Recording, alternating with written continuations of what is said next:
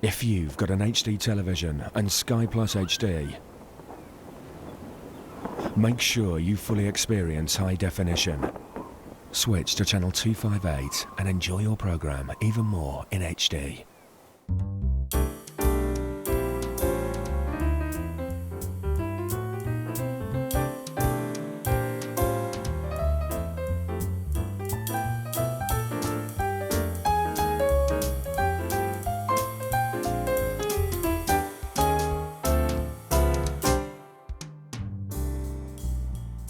Stephen Fry emerged from Cambridge footlights along with Emma Thompson, Hugh Laurie and other university wits. And today he reigns supreme as film star, television host, television guest, novelist, expert on English poetry and draftee don of a Cambridge college, where he gets frequent opportunities to remind his fellow dons that he still knows everything. Underneath it all, he suffers from clinical depression, perhaps just to make the rest of us feel better about knowing only something. When I first saw you in action, I thought, this guy is meant to be a don, and here he is fooling around on screen, and now, lo and behold, you are a don, aren't you? I am an honorary fellow of my college, that's true. Which college is that? It's Queen's College in Cambridge. And I have to say, yes, was it Churchill who said, was it young men sow wild oats and old men grow sage? And I had thought that I would probably spend my life growing tweed in a court or quad somewhere, partly because I had sowed so many wild oats. I think that when I got to Cambridge and suddenly got the breath of the academic life and got a whiff of what used to be called the life of the mind, I was enchanted and glamorized by it in a way that I hadn't imagined I would be. I thought I'd be enchanted and glamorized by the young people who were my contemporaries and that I would be whisked off into their world of mixed world of either high serious journalism, politics or other such things. Instead, perhaps a little like you, I've always kept this very great belief and love of the high and the low simultaneously. Because what I want to know now that you're back at High Table, which some would say you belong, what are you getting from them? I know what they're getting from you. I'm sure they ask you all the questions about show business. Whenever I've been at High Table, I get asked about film stars. There I am expecting to discuss atomic physics and Persian carpets. I know. You're always looking in others for quite the opposite of what they're looking for in you. And I remember seeing this once at a cricket match when I saw Mick Jagger and Ian Botham sitting together, and both in their pomp. Well, Mick Jagger's still in his pomp, and Mick Jagger was talking about, I don't know why they don't, he doesn't bowl the arm ball and they give himself a short forward square. And Ian Botham was going about, so like, you're on a gig, okay, so how many girls come round afterwards? And you're thinking there's just no point at which they're ever going to want to talk about the same thing. Actually, almost my first memory of hearing Cambridge academics talking was when I'd gone up for an interview and I saw these two figures in gowns with their hands clasped behind their back in approved fashion, like in a print somewhere, looking like crows, walking through an archway. And I followed to hear what they were discussing, hoping it would be what Wittgenstein said to them once, or whatever it might be.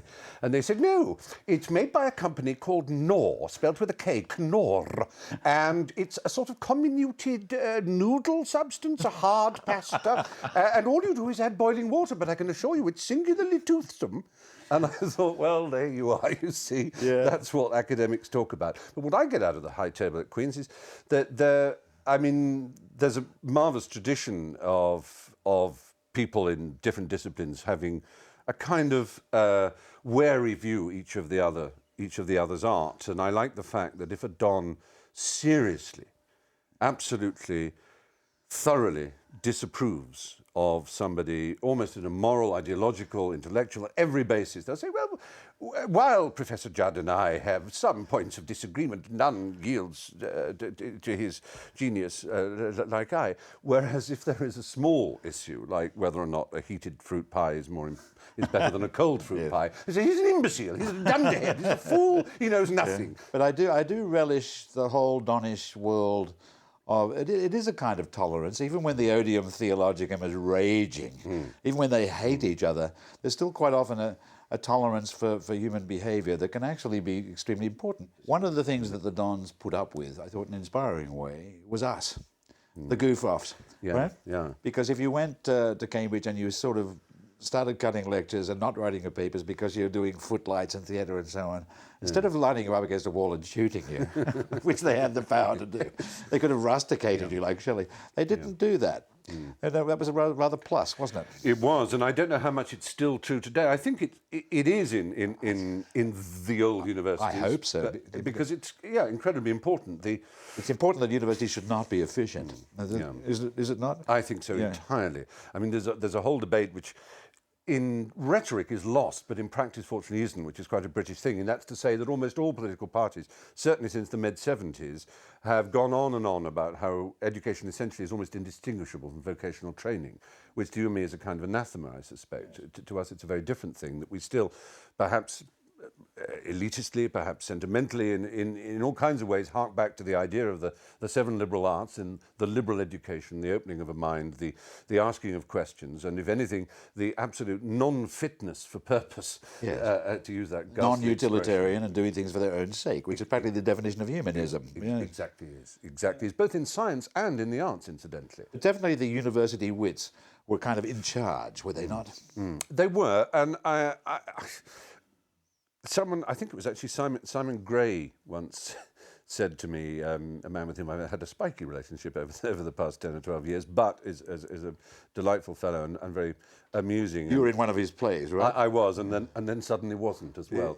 But he said, of course, the only real advantage of going to Oxford or Cambridge is that you then don't have to deal with not having gone to them. Yeah. And I can fully understand that if I had not got into Cambridge and had gone to another university, my view of the kind of people who went to Oxford and Cambridge would be coloured, to say the least. I mean, I would probably want to use the W word. In other a words, lot. what you're describing is a system. Yeah, and I would see it as a cosy one. I would see it as a kind of a cosy nostra, as it's been called, as you know, the Cambridge Mafia, the Oxbridge Mafia, all the different words that come for it, and it looks like it. All I can say is you feel the opposite at the time, at least I did. I would go into the Footlights Club room and I'd see pictures of John Cleese and Peter Cook and yourself and Jermaine Greer and Douglas Adams and Griff Rhys-Jones, who was a few years before me, and Clive Anderson, who was before me. And I'd see this past panoply, this pantheon of great comic talents and think, well, the door's shut after them. It's never going to happen again. And every time you're at Cambridge, almost the first thing you hear when you arrive is, apparently the Footlights are crap this year. Yeah, that's exactly. You know? So we thought, oh, we'll be crap. Well, that's the description of a tradition. It was always better. But there's no doubt that when people like Victoria Wood came along, things certainly started to expand in television and radio and so on. Yeah. Which was a good thing, I think. Oh, no question. I mean, no one wants to see anything but the talent getting through. I mean, nobody wants to see a world in which people have only got the job because where they went to school. So what you're saying is a big social change. I want to nail this down because I want to talk to you about British society and how you, in many ways, mirror part of it and can criticise the rest and so on. And but there's definitely been a big change going on, and the idea of the gent is gradually having less force. And you, in many ways, epitomise the gent. You're a rogue gent, aren't you? You're not a bright yob. You're a rogue gent. I am, and I am shamefully a member of exclusive clubs, many of whom people haven't even heard of. They're so exclusive, and they have the odd. As one club I'm a member of, where all the club servants are called Charles because the members. It's hundreds of years old, and members have never bothered to learn the names. And you literally hear a conversation as somebody comes in. Patting the sides of their pockets as well-bred people do all the time. They sort of do this a lot, I don't know why. And saying, hello, Charles, where's Charles? And they go, oh, Charles couldn't come in today, so Charles asked me to take over. Oh, fair enough. Well, if you see him, tell him that I saw Charles earlier and that he wished him well as well. You know, and how does the Prince of Wales take it when he comes in? That's a very good point. You're not a Russian spy. You never were. It was a huge sadness to me that I don't think I was ever approached. I'm surprised you weren't approached for MI5. Were you? I'm not sure if I was. I did. I got invited to all kinds of odd things, odd, have a glass of I ratafia. know these things. A Yes. glass of ratafia, they would say. And You're being sized up by mystery men. and or a stranger, do you like Sethial or Bual Madeira? And you'd think, is that the test? If I don't really know the difference between Sethial and Bual Madeira, am I going to prove inadequate to serving my country, or is it merely he's actually trying to stroke my thigh, which is unlikely? You never know, you see, when an old man says, I want you to come and see me in my rooms, I'd like to get to know you better.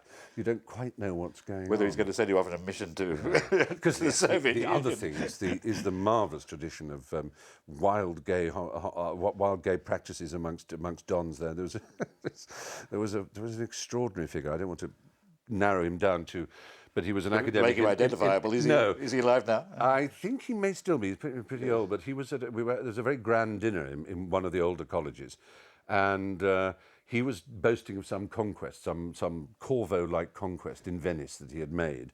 And he said, my dear, I'm proud to say he was a true gondolier. And he had, he had the most enormous, and a colleague servant walked in. And so he said, C-O-C-K. Superb.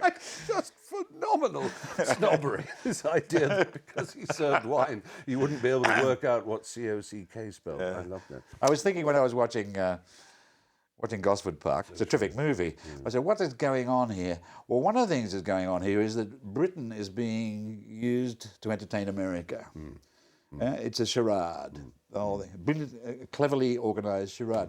Do you feel that in Britain, some way Britain has a very high cachet in America at the moment? It does. It does. And I think we're as guilty as they are.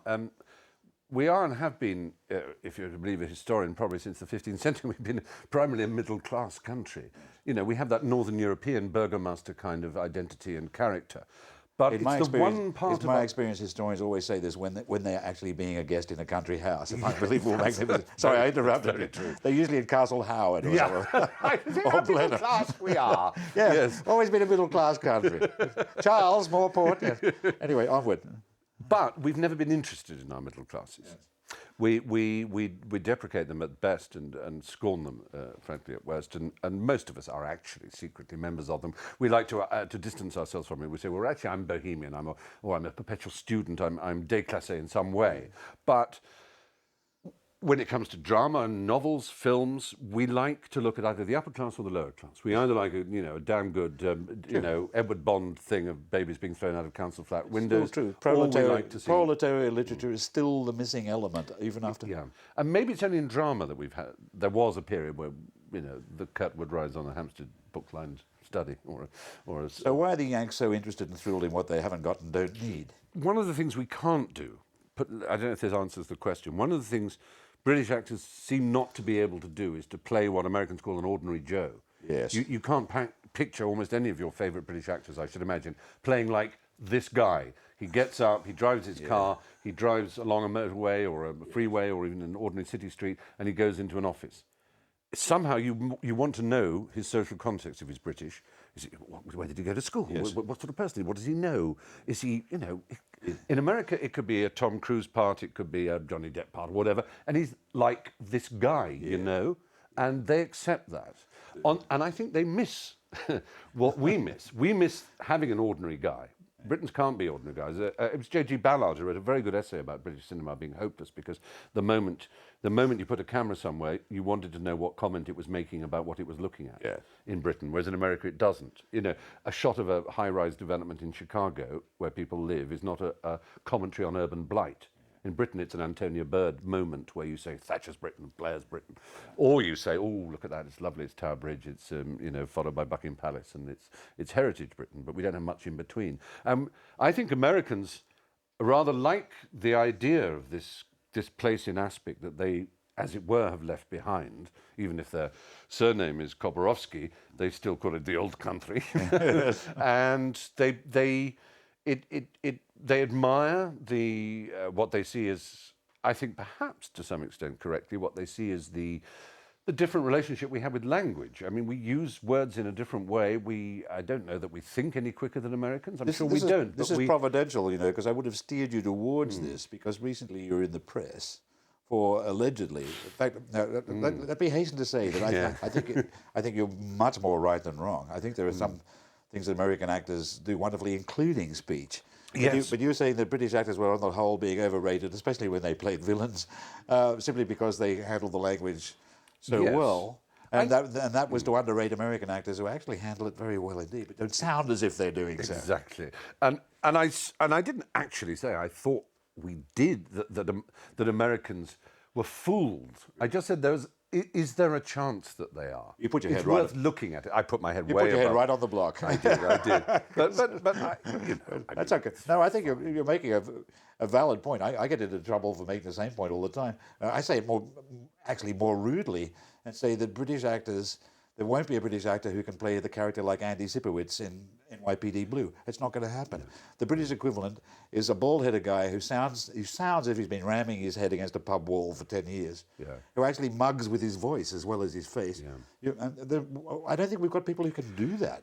And actually, often Americans are more daring. We accuse them of, as actors, somehow having a kind of vanity where they can't play anybody unpleasant. But if you look at someone like, Toby Ziegler in The West Wing. Oh, yeah. His affect is constantly morose and unpleasant, and yet the affection you feel for him, and it's you bring that to him.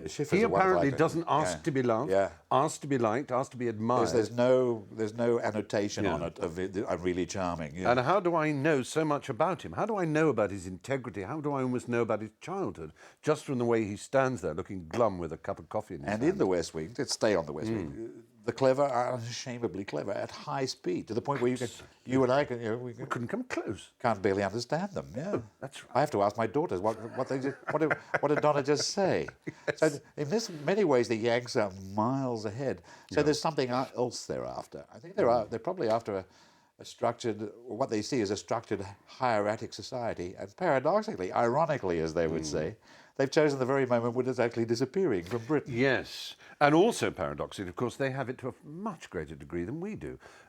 Not everywhere, but in the big cities, if you want to feel like a kind of modern-day Bertie Wooster, a kind of pampered person who's called Sir a lot, go to America, don't go to London. Don't go to Mayfair, don't go to the Ritz, don't go to the Savoy. Go to an Upper East Side New York place and see the white-gloved servants. Anywhere between 70th and 80th Street on the East Side. Absolutely, that's right. Yeah, between Madison and Park and Lexington, around that area. You'll meet Charles in every.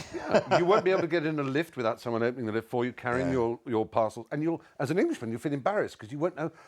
How do I do this? Do I tip him? We're actually hopeless. We don't know what it's like to have. But the guy who does that for you won't resent you and won't be selling his memoirs. Exactly. It's resentments that's missing because anybody can do it. Anybody who can get the money can have it. Incidentally, I would be jealous of Hugh Laurie's salary, but then on the other hand, I understand, as you understand, that one of the conditions of giving him that much money is they never give him any time to spend it. Yes, so right, and I'm not jealous of him. I'm proud of him. I love him. He's my best friend, and I'm so thrilled. He's finally been regarded as the wonderful actor I always knew he was. The price is to work for 6-7 days a week. I've seen him. Yeah, the television thing I did was literally the set next door to his on the Fox lot in LA, and I've stayed at his apartment many times, and I see what he. Eddie Izzard's doing exactly the same thing now, yeah. And he's disappearing into this series. His life is going into it. Do you have any urge to do that? Not at all. They actually asked me very sweetly if I would do a whole series of this thing I guested on, because I did one, and then they asked for another 2, and then I said, could I do the rest of the series, and then would I be interested in doing the series next year? And I'm not saying I would have reached anything like the heights that Hugh did anyway, partly because I'm not as good looking as Hugh, and he's just aside from the talent. No, let's be honest. Let's not get into aesthetic argument. But I just seen what it's done to him. I'm not giving gospel away about it having done something terrible to him, but by any means, I just see how hard the work is. I mean, he's far too gracious to complain about it, because after all, you can't complain. They throw that much money at you, and you then complain. People think you're a complete, graceless imp. Well, the whole bunch of you overwork. Emma overworks. She always has. She does, yeah. It's a bit like, was it Lee Trevino, was it Gary Player? It's variously attributed, when he was driving off the tee once, and someone from the crowd behind said, "God, you're lucky to have a swing like that." And he said, "Yeah, it's crazy.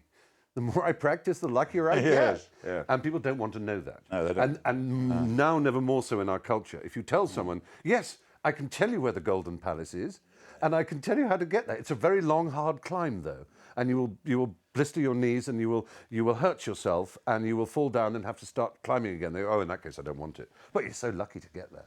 Well, and I'm not saying I've got to the Golden Palace, but all I'm saying is what attributes I have are ones that I've worked at and run towards with enthusiasm. And people now seem to think not only that it's unfair, but that it's their right to be given it without making the same journey. And that'll never happen on this earth. And I liken it to gold in that sense, that gold exists. It is real. I've held it and I've, got the odd thing made of it. Very, very little, but the odd thing. I know it exists. And I also know that the only way to get it is to know a huge amount about geology and about quartz and about mother lodes and then to get down and either yourself personally, if you imagine yourself as a prospector, panning for it and doing the whole Walter Houston thing with Humphrey Bogart, looking for it, breaking your bones in your body and then boiling your skin as you smelt it, and then gold will come. And you also better know... And it's real. But one thing that will never happen on this earth, I swear to you, it will never happen, is that an angel will come down and lean out from heaven and hand it to you. That won't happen. Or when it does, it'll be fool's gold. It will be iron varieties, which you've got to learn to recognise that too. Fool's gold, as Walter would say. You've got to learn to spot the fake. I'm not ever going to say I've been unlucky in life, because absolutely I haven't. I've been lucky to have the parents I've had. I've been lucky to have the friends I've had. I've been lucky in all kinds of directions. But in the end, the fulfillment, if any, you get out of life, and that varies. Some days you do genuinely feel fulfilled by the things you're doing or the social situations you're in. That comes from certainly not from anything that you can call yourself lucky for. Because in a sense you would never feel fulfilled at something you were given. Where does the depression come from? I know you've got it. I would say that's a bit like saying, why is it raining? It's out of my control. It is raining though. That's the thing you have to be so clear about. And it's taken me a very long time to understand it, despite some fine writers, William Starr and various others, writing superbly on the subject of depression. And you kind of think, yeah, but it's different from me, It's so... Yes. If it rains, most people know that doesn't mean they have to build an ark. That the sun will come out tomorrow, as Annie would say, or if not tomorrow, the day after. Yeah. But if it rains inside your head, almost by definition, that means it's telling you that it's never ever going to be sunny again in your head. That the very nature of depression is that it gives you a sense of the permanent uselessness of your life. There's not a mechanism in your head that's saying, well, this has been over before, it'll be over again. You'd think so, wouldn't you? This thing about depression being so total, so childlike, it ties up with my own theory about impulses in the mind. I don't know what my theory is worth, but I do know, I'm fairly sure that there's one creative impulse. It's as powerful and strong and simple as it is in a child, but it applies to everything. But I've never had anyone interested in the odd thing that we have, as far as I know, above all other animals, which is this capacity for wonder. Yes. That the world we're built in and live in is the only world we will ever know. As far as we can tell, animals take it for granted, more or less. They don't care. They don't care. And machines don't care. They certainly don't go, wow, look at that sunset. Yeah. But we really do, and yet a sunset's all we know. In fact, they've been genetically selected not to say, "Wow, look at that sunset," because if they do that, they're standing still, and that makes them very often. Vulnerable. Yes, yes. But a lot of animals, tree frogs and things, have plenty of downtime, as you might say, in which to admire the universe. But they appear not to. Yeah. They appear not to be startled by it. We're not only wonder, but we are startled by it, and we're startled by our own creation. I remember the first time I went to New York. And like most people, I stood in one of the great canyons of, the Avenue of the Americas or Fifth Avenue or whatever, and I went, God, look at that. And yet, for 16 years, I'd seen nothing but photographs of this. Yes. And actually, if it had been stumpy little strange buildings, half-timbered German buildings, like, the old town of Mainz or something, then I should have gone, wow, I thought it was going to be all tall. Yeah. It was exactly what I knew it would be, but it amazed me. And the landscape is exactly what I know it's going to be, but it amazes me. And beauty is exactly sort of what I know it's going to be, but it amazes me. I find the very fact that I find things wonderful, I find wonderful. Have you got a project coming up where you cross America by some means of transport? I was reading about a fleeting. Lord. Someone's crossing America. I was on Highway 66. And Stephen Fry. It is. I've always had a fascination for America, and one of the things that really interests me about it is not the America that I get to see most of the time. That's to say, Los Angeles, New York, where I had an apartment for some years, and San Francisco and Chicago, but the bits in between. And Which the Americans who live in New York and Los Angeles, I've heard them call it the flyover. the flyover, exactly. That's right. words, They you do. never They see have it. other strange words like boondocks and things that they use. So about you haven't actually done. No, I'm starting in October. I'm going to visit every single one what means of of transport? the 50 states. Really? Yeah, every one. Because that really, America is. That's Hawaii and it's Alaska. called the United States of America, and how united they are. One of the things that makes it ungovernable. It's too big. Exactly. And one of the things that makes it not what you see on either drama or on the news is that someone living in Oregon is an Oregonian, much more than they are an American, really. And full of people who are quite likely to vote the other way from you and your friends. Again, it's one of the paradoxes of America. They're so much more old-fashioned than we are. We're a very Republican place, England. We believe in the, we believe in the sovereignty of our own self and our own opinion. We have a John Bull sort of, or if it's more benign, a Pickwickian sense of, I'm as good as the next chap, and the next chap's as good as me, and we're all equal. It's a very British way of looking at things. America has a class system, and they believe in the primacy of money and of hierarchies, and they actually believe in believing in things, which we don't. Yeah. We're very sceptical people. If you wanted to define the English character in a more intellectual way, I would say we are an empirical people. Yes. Our greatest gift to Europe and to the intellectual thrust of the last 400 or 500 years has been empiricism. It's how Newton beat Pascal, if you like, how he was right. Yeah. The French are rationalists. We're not. And we distrust rationalism and superstition as being two wings of the same heresy. And that's why we've got an established church in which nobody believes. Exactly. Because we don't believe in things because we test things. But you still want an established church. We still want it. Somewhere to go to get married, somewhere to go when you croak. Yeah. In America, they really have a religious idea about liberty. They believe it to be a thing that I still don't understand, and it's one of the things I want to understand on this tour. Well, there's such a thing as fetishizing it. Like, there's an article in the Constitution that fetishizes the right to bear arms. I think we have, as I say, this rather more, tested. Does that work or doesn't it? Whereas to them, everything stands or falls, firstly, by the Constitution, and the Constitution pushes liberty up very high. So freedom of speech becomes more important than justice, which to us is preposterous.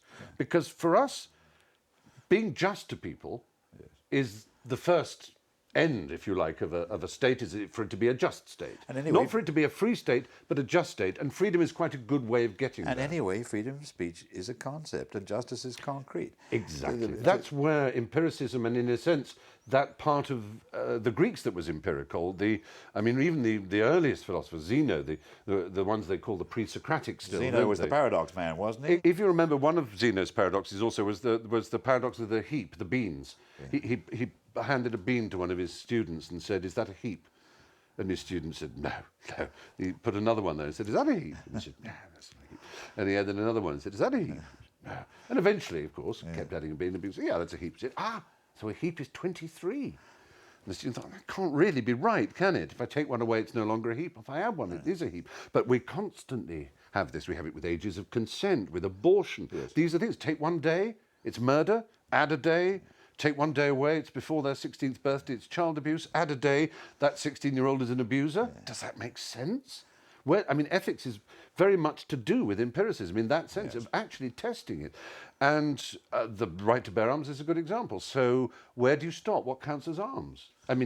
Even the most zealous interpreter of the Constitution wouldn't count a nuclear weapon as arms, but it's arms. But you're not. So you stop where? We've got to stop, but I hope it's only a matter of days before we start again. Stephen Fry, thank you very much. Thank you, Clive.